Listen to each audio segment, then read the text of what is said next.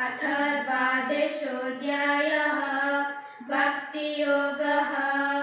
अर्जुन उवाच एवं सततयुक्ताये भक्तास्त्वां पर्युपासते ये चाप्यक्षरमव्यक्तं तेषां के योगवित्तमः।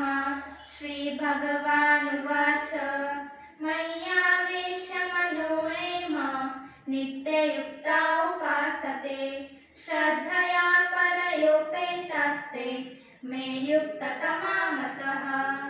एकक्षरमनिर्देशम् अव्यक्तं पर्युपासते सर्वत्र गमचिन्त्यं च कूटस्थमचलं ध्रुवं सन्नियम्येन्द्रियग्रामं सर्वत्र समबुद्धयः ते प्राप्नुवन्ति मामेव सर्वभूतहिते रतः।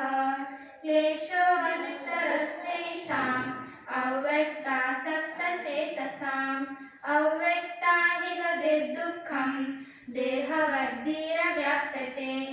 एतु सर्वाणि कर्माणि मयि सन्न्यस्य मत्परः अनन्येनैव योगेन मां ध्यायन्त उपासते तेषामहं समुद्धार्य मृत्युसंसारसागरात् भवामि न चिरात् पार्थ मय्यावेशितचेतसां।